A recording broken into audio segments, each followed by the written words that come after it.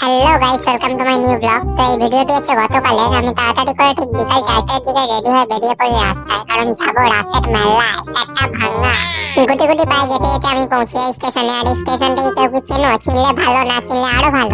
তারপরে এক মহারথী পদার্পণ করলেন। আর এক মহারথীকে দেখুন, ওহো সেটা ভাঙা রেলাইতে এতে আসছেন। কিছুক্ষণ পর দেখি স্টেশনে হঠাৎই ঝামেলা লেগে গেল। বলছে, বউ তুমি কার? তুমি কি চামার?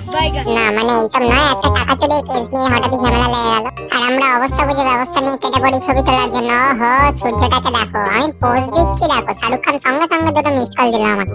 এই দেবদাসটিকে দেখুন, পারুলের মনের কাছে, এর ধন পারুলের কাছে। কি যে এত কথা বুঝি না। তারপরেই আমাদের ট্রেন চলে এলো আর আমরা চলে গেলাম মেলায়। আমাদের বকুলতলায় ভিড় জমেছে, বসেছে মেলায়। না না না না না না। তারপর মেলার রাস্তায় হাঁটতে হাঁটতে ঢুকে পড়লাম মেলায়। আর এটা হচ্ছে উলুবেড়িয়া রাস মেলা। তোমরা কেউ কেউ চেনো, কেউ কেউ চেনো না। চিনলে ভালো, না চিনলে আরো ভালো। মেলায় ঢুকেই দেখি এই কালনাথটা মানুষকে পিঠে নিয়ে ছুটাছুটি করছে, অথচ মানুষ তাকে পয়সাও দিচ্ছে।